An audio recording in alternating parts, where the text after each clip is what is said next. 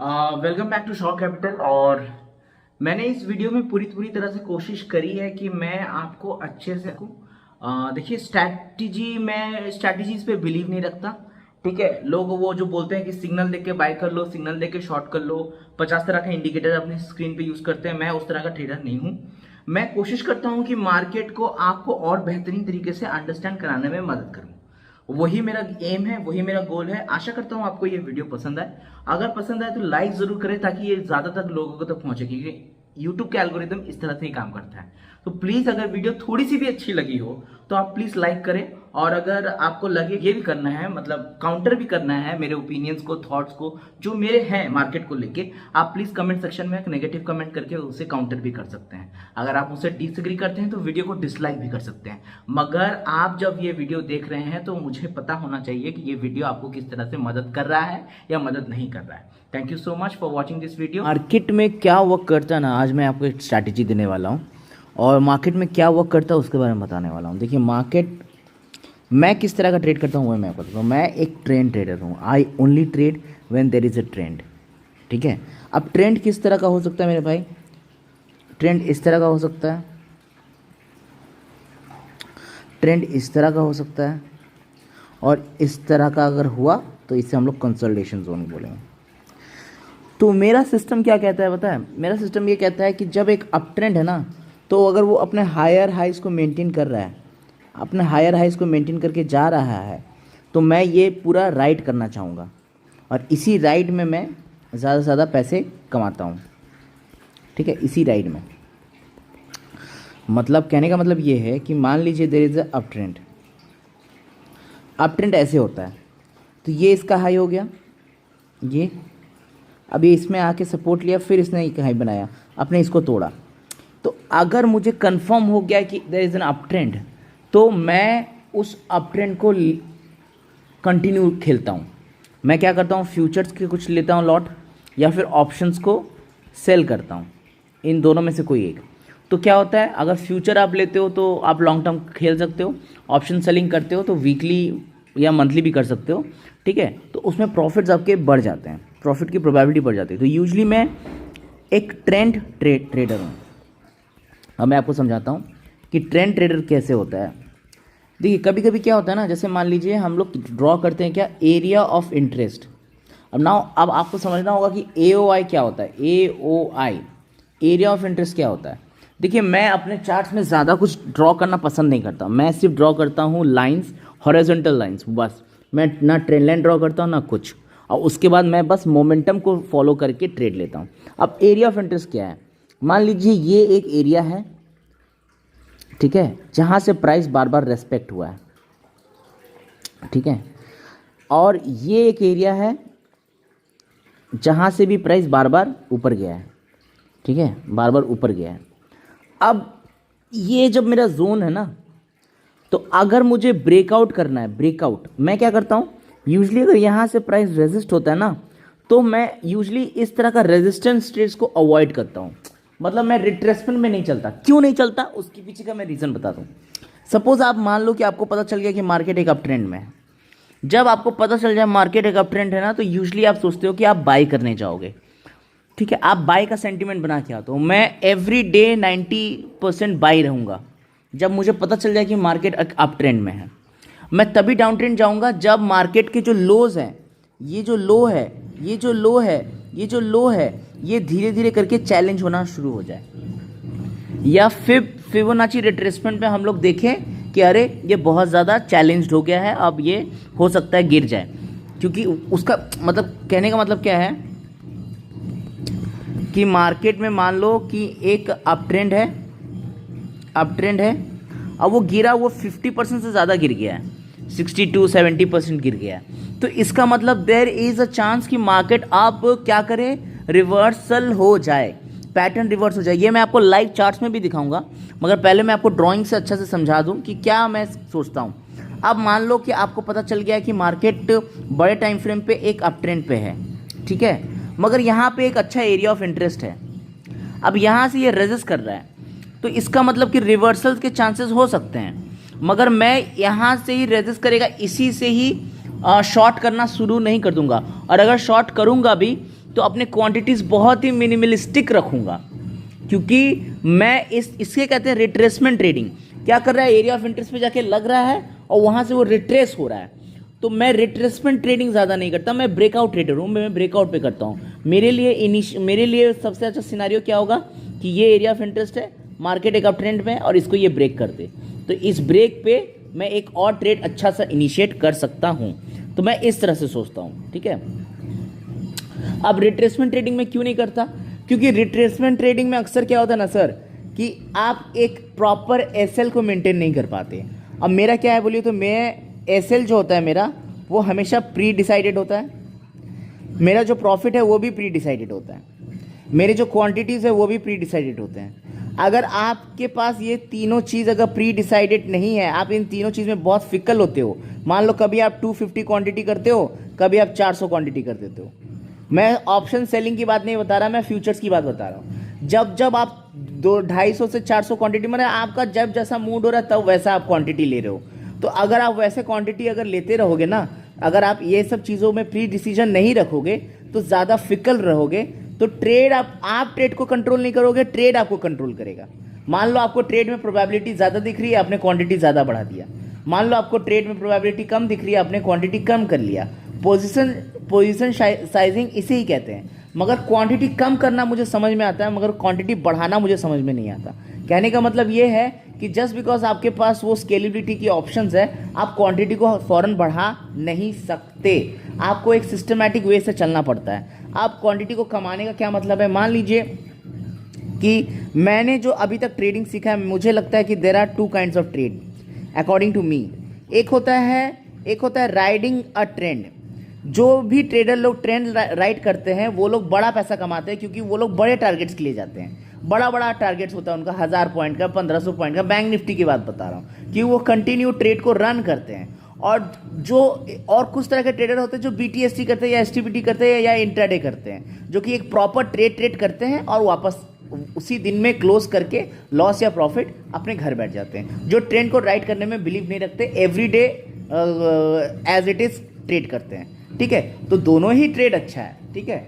एक ऑप्शन जो करता है ऑप्शन बाइंग, उसके लिए एक प्रॉपर ट्रेड करना बहुत अच्छा होगा, उसके लिए वो ज़्यादा सुविधा है, क्योंकि ऑप्शन बायर लोग ज़्यादा मोमेंटम करते हैं। तो अब अगर मान लो कि ये एक सिनारियो है, अब मार्केट अगर इसके ऊपर जाएगा तो अपन एक ब्रेकआउट ट्रेड लेंगे, ऑप्शन बाइंग करेंगे, सी बाई करेंगे, और ये अपना एसएल होगा। आपने मोमेंटम कुछ नहीं देखा, मैंने एक एरिया ऑफ इंटरेस्ट को ब्रेक किया है, मेरा एक हॉरिजॉन्टल लाइन ब्रेक हुआ है, मेरा रेजिस्टेंस ब्रेक हुआ है, मेरा सपोर्ट ब्रेक हुआ है, तो इसलिए मैं अपने ट्रेड को इनिशिएट कर रहा हूँ। As simple as that. तो इस तरह से भी बहुत अच्छा होता है ट्रेड इस तरह से भी लिया जा सकता है। और मैं क्या करता हूँ सर, मैं दोनों करता हूँ। मैं कुछ प्रॉपर ट्रेड सेट्स करता हूँ, मतलब कुछ ओनली इंट्राडेज या BTST, और कुछ मैं ट्रेंड को राइड करने के लिए करता हूँ, ठीक है। तो सब कुछ का मिक्स मैच करके मुझे मगर जो भी मैं करता हूँ वो मेरे पहले ही डायरी में लिखा हुआ रहता है, प्री डिसाइडेड रहता है कि अगर मैं ऑप्शन बाइंग करूँगा तो मैं कितना कैपिटल लगाऊंगा, कि मैं अगर ऑप्शन सेलिंग करूँगा तो मैं कितना डिप्लॉय करूँगा, अगर फ्यूचर्स में मेरा एवरीडे कितना डिप्लॉयड होना चाहिए, एक महीने में मैं कितना ट्रेड ले सकता हूँ, ठीक है। ये भी यहाँ तक भी मैं डिसाइड करता हूँ। I have not taken more than 6 trades in each month. 6 trade is the highest. I have not taken more than 6 trades, मतलब वीक का 1 ट्रेड या 2 ट्रेड, उससे ज़्यादा ट्रेड नहीं लेता। किसी वीक 2 होता है, मतलब वीक में मैं एक ही दिन एक्टिव होता हूँ, चाहे वो एक्सपायरी हो चाहे वो मंडे हो, क्योंकि मैं ब्रेकआउट ट्रेडर हूँ। अगर मुझे ब्रेकआउट दिख जाता है या कंटिन्यूएशन दिख जाता है तभी मैं एंटर करता हूँ। तो अब हम आपको लेके चलते हैं चार्ट्स पे आपको समझने में बेटर होगा।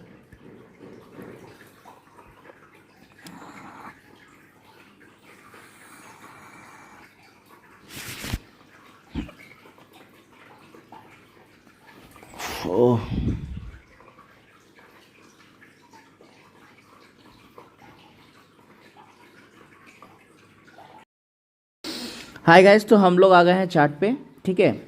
अब ट्रेंड के बारे में थोड़ा बातचीत कर लेते हैं। देखिए, ट्रेंड आपको कैसे पता चलेगा कि कौन सा ट्रेंड है। तो ट्रेंड आपको एक ही तरीके से पता चलेगा गाइस, जब आप बड़े टाइम फ्रेम पे आओगे। देखिए, बहुत जब जो लोग इंट्राडे करते हैं ना गाइस, वो लोग क्या करते हैं यूजली ना 15 मिनट और 5 मिनट में इतने ज़्यादा इन्वॉल्व हो जाते हैं कि वो लोग बड़े टाइम फ्रेम पे आते नहीं। उनको लगता है ट्रेडिंग है, ट्रेडर है, आज देखते हैं मार्केट अपना क्या करता है, 15 मिनट के टाइम फ्रेम पे वो लोग बैठे रहते हैं। बड़े टाइम फ्रेम पे आप जब तक नहीं आओगे आपको पता नहीं चलेगा कि छोटे टाइम फ्रेम पे क्या होने वाला है। मुझे ऐसा लगता है, जहाँ तक मैं जानता हूँ, जहाँ तक ट्रेडिंग मैंने सीखी है, मुझे ऐसा लगता है कि 15 मिनट और 5 मिनट टाइम फ्रेम सिर्फ ट्रेड एग्जीक्यूट करने के लिए, वो भी कंप्यूटर के थ्रू। जो लोग मोबाइल से ट्रेड करते हैं, नए जो बिगनर हैं, वो प्लीज़ बंद कर दें ट्रेड करना, वरना वो आपको तबाह कर देगी, आपकी ज़िंदगी तबाह कर देगी। प्लीज़ एग्जीक्यूशन आप मोबाइल से ना करें। ट्रेड मैनेज करना एक एक्सपीरियंस के बाद through mobile after execution, that is fine, but chart देखना, ट्रेड को एग्जीक्यूट करना, वो प्लीज़ आप कंप्यूटर से ही करें तो आपको बेहतर होगा, आपको उसमें बेहतरी होगी, जहाँ तक मेरा मानना है। अब ट्रेंड की सबसे खास बात क्या है गाइस, देखो एक बहुत ही सिंपल चीज़ है जो कोई समझना नहीं चाहता, मैं आपको समझाता हूँ, ठीक है। Trend is all about waves that we create. ये जो आप वेव देख रहे हो ना, ऊपर नीचे, इसी को हम लोग ट्रेंड कहते हैं, ठीक है। यही ट्रेंड है गाइस। जब कोई स्टॉक अपना हाई इसको चैलेंज करता है, वो कहीं जा सकता है। अपने रीसेंट हाई को अगर वो चैलेंज कर रहा है, वो आगे निकल सकता है, ठीक है। अपने रीसेंट लो को अगर वो चैलेंज कर रहा है, वो नीचे जा सकता है। अगर नीचे रीसेंट लो को फिर बार बार चैलेंज कर रहा है, तो नीचे जा सकता है। अगर रीसेंट लो को रेस्पेक्ट कर रहा है, वहाँ से उसको सपोर्ट मिल रहा है, तो वहाँ से वो ऊपर भी जा सकता है। As simple as that. इससे ज़्यादा मार्केट और कुछ है नहीं। बट यही बात है ना कि मार्केट को अगर इतना ही सिंपल है तो लोग समझ क्यों नहीं पा रहे हैं? क्योंकि लोगों को सिंप्लिसिटी पसंद नहीं, लोगों को कॉम्प्लेक्सिटी पसंद है। वो लोग ऐसा लगता है कि मार्केट है, अरे कुछ कॉम्प्लेक्स तो होगा तभी लोग पैसा बना पा रहे हैं। जो लोग पैसा बना रहे हैं और जो लोग पैसा नहीं बना रहे हैं, आफ्टर गेनिंग नॉलेज भी अगर कोई लोगों का पैसा नहीं बना, रेजिस्टेंस, सपोर्ट, मोमेंटम, ये सब जानने के बाद, तो इसलिए नहीं बनना क्योंकि वो लोग डिसिप्लिन नहीं है। वो लोग पैसे को ज़्यादा अहमियत दे रहे हैं, लर्निंग को कम अहमियत दे रहे हैं। अगर आप लर्निंग को ज़्यादा अहमियत दोगे, पैसा ऑटोमेटिकली आएगा, ठीक है। अब आप देखो 1 डे के टाइम फ्रेम में व्हाट इट इज़, ये 1 डे का बैंक निफ्टी का टाइम फ्रेम है। बैंक निफ्टी अगर आप नोटिस करोगे भाई, देखो चार्ट्स क्या होते हैं? Charts is a pictorial representation of what has happened. So we are figuring out कि what has happened can happen in the future also, कि जो भूतकाल में हो चुका है भैया, वो भविष्य में भी हो सकता है। तो हमारा वर्तमान इस पे ही टिका हुआ है कि पीछे क्या हुआ है, तभी हम जान सकेंगे कि आगे क्या होगा। मगर आगे क्या होगा वो जानने के लिए पीछे जानना पड़ेगा, और अभी हम लोग को एग्जीक्यूट करना पड़ेगा, तो कि जो कि आगे जो हो उसका हम मज़ा उठा पाएँ। आई होप कि आपको अंडरस्टैंड करने में आसानी हुई होगी।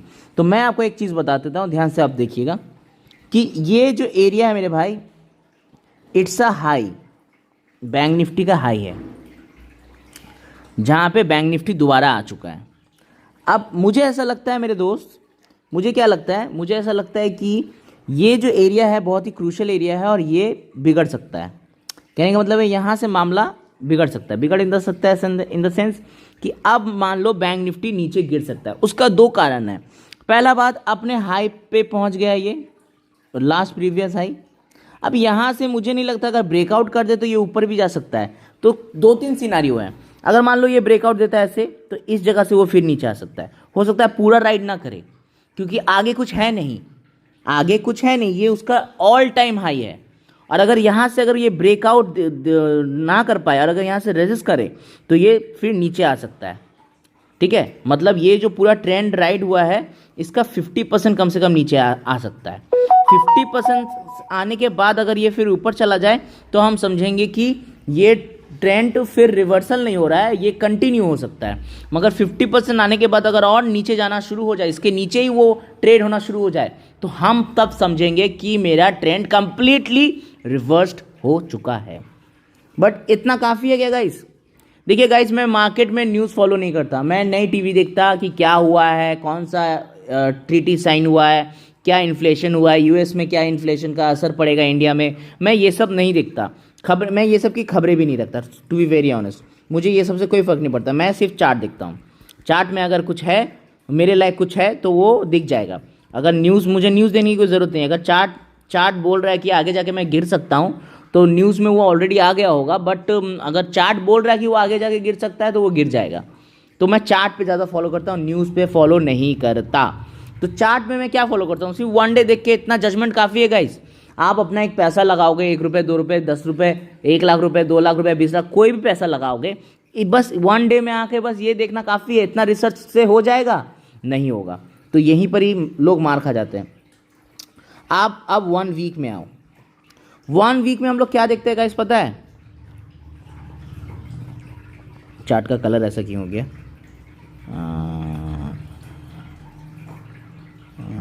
अच्छा ठीक है, रहने दो गाइस।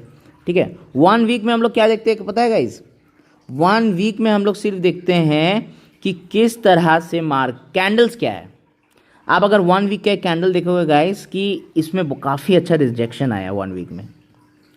ये जो विग है, विग, ये काफ़ी अच्छा रिजेक्शन लाया है। ये रिजेक्टेड विग है, मतलब ऊपर से हम लोग को रिजेक्शन देखने को मिल रहा है। देखिए गाइस, और हिस्ट्री देखिए। अगर आप हिस्ट्री नोटिस करोगे गाइस, 1 मिनट रुक जाइए, I need to fix this. ये इसका कलर ऐसा क्यों हो गया? ये है, hold on, I need to fix this. अच्छा, तो 1 वीक में हम लोग क्या देखते हैं? वीक का टाइम फ्रेम में हम लोग क्या देखते हैं गाइस? वीक का टाइम फ्रेम में आप मोमेंटम देख सकते हो, if you really want to see. Week का टाइम फ्रेम में अगर आप मोमेंटम की बात करो तो एक कंसोलिडेशन जोन है, एक ब्रेकआउट हो सकता है, नीचे की तरफ भी ऊपर भी की तरफ भी। ठीक है, ऊपर की तरफ ज़्यादा क्लोज है और तो रेजिस्टेंस भी हो सकता है। तो जो लोग रेजिस्टेंस ट्रेडर है, जो लोग रेजिस्ट को ट्रेड करते हैं, वो लोग भी ट्रेड कर सकते हैं। हाँ, और रिवर्सल भी हो सकता है। तो वीक में मुझे ये बातें पता चल गई। क्यों पता चल गई गाइस? अगर आप ध्यान से देखोगे तो वीक में एक ये जोन है जो बन रहा है, मगर जो वीक का कैंडल है, क्योंकि आज है गाइस संडे, ठीक है, तो फ्राइडे तक ये 1 वीक का कैंडल है, मंडे टू फ्राइडे का। और ये जो कैंडल है गाइस, इसमें काफ़ी लंबा विक बनाया है इस कैंडल ने। तो इसका मतलब गाइस कि ये बता रहा है कि आगे से रिजेक्शन हो सकता है। देखो चार्ट खुद ही बता देगा, चार्ट के पास इतना पावर है कि वो खुद ही बता देगा क्या कर सकता है वो। तो अब हम लोग को क्या करना है? हम लोग को फॉलो अप लेना है। अगर इसके बाद यहाँ पे अगर कोई इस तरह का रेड कैंडल बन जाता है गाइस, इस तरह का अगर कोई रेड कैंडल बन जाता है इसके नीचे, तो वो काफ़ी ज़्यादा कंफर्मेशन दे देगा कि वो मोमेंटम हो रहा है नीचे की तरफ। एक इवनिंग स्टार पैटर्न मिल जाएगा हम लोगों को, एक खतरनाक पैटर्न मिल जाएगा, जिससे हम ये कर सकते हैं कि ये रिवर्सल हो सकता है। तो अभी आप बोलोगे कि अभी तो आपने कहा कि आप रिट्रेस में ट्रेड नहीं रहते। मैं रिट्रेस में ट्रेड नहीं लेता गाइस, मगर रिवर्सल को अवॉइड करता हूँ। ये आपको किसने कह दिया? ये तो रिवर्सल है, एक मोमेंटम है, क्योंकि 2-3 चीज़ें हैं ना ट्रेड के पीछे। कंफर्मेशन 2-3 तरह का कंफर्मेशन है। पहला कंफर्मेशन ये है कि अगर आप डे पे आ जाओगे मेरे भाई, तो अगर आप ये डे देखोगे, इस डे को देखोगे, तो ये डे में काफ़ी स्ट्रेंथ है। आप देखोगे इस डे में काफ़ी जो मोमेंटम है, स्ट्रॉन्ग मोमेंटम है, सिंगल हैंडली ऊपर गया है ये। तो अगर इस जोन के नीचे अगर आ जाता है चार्ट, तो वो काफ़ी खतरनाक हो सकता है।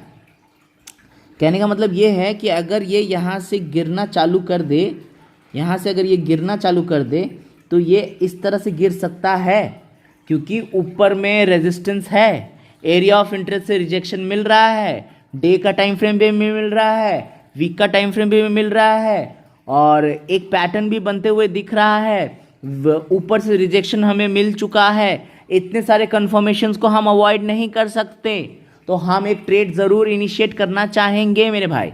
ठीक है, ट्रेड इनिशिएट कैसे होगा वो मैं आपको बाद में बताऊंगा। पहले अब हम लोग चलते हैं 1 वीक 1 मंथ में चलते हैं। मंथ का टाइम फ्रेम भी बहुत इंपॉर्टेंट है। आप बोलोगे ये तो पता नहीं कहाँ एक ट्रेड लेने के लिए कहाँ लेके चला गया।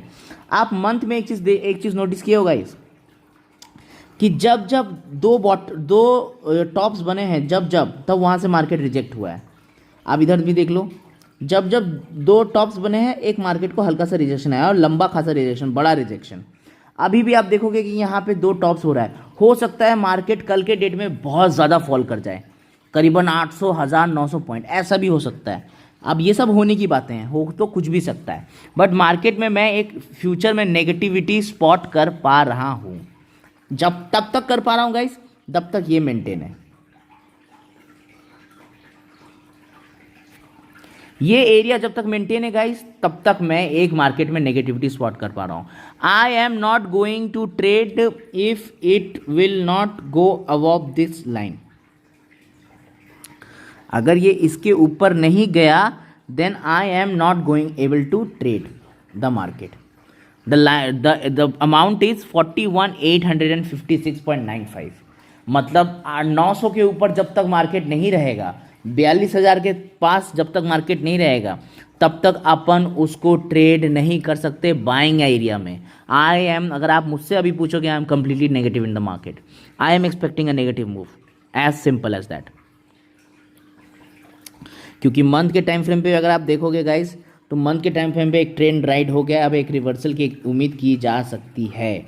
यहाँ से हो सकता है कि सिंगल हैंडली एक बड़ा रेड कैंडल आ जाए। अगर ऐसा होता है गाइस, तो फिर हम लोग को फिर बाई इनिशिएट करना इम्पॉसिबल हो जाएगा। देखो मार्केट में ना दो तरह के लोग होते हैं, एक होते हैं बायर्स, एक होते हैं सेलर्स, ठीक है। और जो बायर्स और सेलर्स है वो सिर्फ मार्केट में आ रहे हैं ये देखने के लिए कि बाइंग अपॉर्चुनिटी है कि नहीं, सेलिंग अपॉर्चुनिटी है कि नहीं।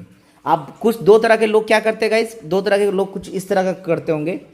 कुछ लोग सोच रहे होंगे कि गाइस यहाँ से ये नीचे जाएगा, फिर इसको ये यहाँ से नीचे जाएगा, हम यहीं से इसको शॉर्ट कर देंगे। कुछ लोग सोच रहे होंगे गाइस कि ये यहाँ से नीचे जाएगा, ठीक है, ये 50%, ये तो अप ट्रेंड में है, ये 50% तो होल्ड नहीं कर पाएगा। जब ये 50% के आसपास पहुँचेगा, यहाँ से जब ये ऊपर जाना शुरू करेगा, हम लोग फिर उसको बाई करेंगे ताकि हमें बड़े बड़े टारगेट मिले। फिर वो उसको टारगेट करेंगे अपने ऑल टाइम हाई को भी, और ऑल टाइम हाई ब्रेक करके एक नया ऑल टाइम हाई भी बनेगा। ऐसा भी करेंगे। और आप दोनों कर सकते हो, आप यहाँ से शॉर्ट भी कर सकते हो, जब ये रिट्रेस हो जाए एक शॉर्टिंग ट्रेड भी ले सकते हो। और जैसे ही मार्केट 50% पे आ जाए अपने रिट्रेसमेंट लेवल पे, क्योंकि मार्केट प्रीवियसली एक अप ट्रेंड में था मेरे भाई, अप ट्रेंड में मार्केट था, तो 50% जब मार्केट ने जो अप ट्रेंड अप मूवमेंट दिखाई है, ये जो मार्केट ने मेरे भाई 1 डे के टाइम फ्रेम पे ये जो मार्केट ने अप मूवमेंट दिखाई है, ये जो मार्केट ने अप मूवमेंट दिखाई है, जब तक इसका 50%, ये जो 50% है इसके नीचे नहीं आ जाता, तब तक अपन इसमें इंटरेस्टेड रहेंगे, ठीक है। इसको क्या करने में इंटरेस्टेड रहेंगे, बाई करने में इंटरेस्टेड रहेंगे। बट फिलहाल इस एरिया से अपन बाई नहीं करेंगे, अपन बाई तभी करेंगे जब हमारे एरिया जो एरियाज हमने किया है, जो लेवल्स हमने ड्रॉ किया है, उसको चैलेंज कर दे, तभी हम लोग बाई करेंगे। आप अगर फिबोनाची रिट्रेसमेंट देखो, तो फिबोनाची जो रिट्रेसमेंट है आप देख सकते हो, ठीक है। फिबोनाची रिट्रेसमेंट 61 पॉइंट, अच्छा देखो कम से कम उसको ये जोन तो क्रॉस करना ही पड़ेगा, ठीक है, तब एक अच्छा फिबोनाची रिट्रेसमेंट हो रहा है, मुझे ऐसा लग रहा है, ठीक है।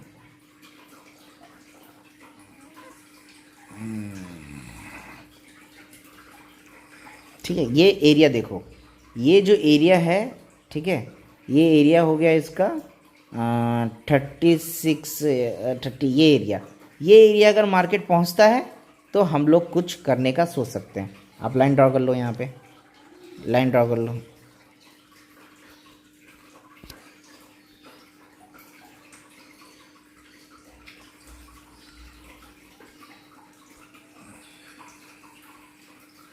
यहाँ पे लाइन ड्रॉ कर लिया, अब फिबोनाची को हटा दो, अब इसका कोई काम नहीं है, ठीक है। ये एरिया एक बहुत अच्छा, देखो अब आप यहाँ पे देखोगे इसके टॉप्स भी हमें मिल गए, ठीक है। तो आप इस लाइन को ऐसे एडजस्ट कर सकते हो।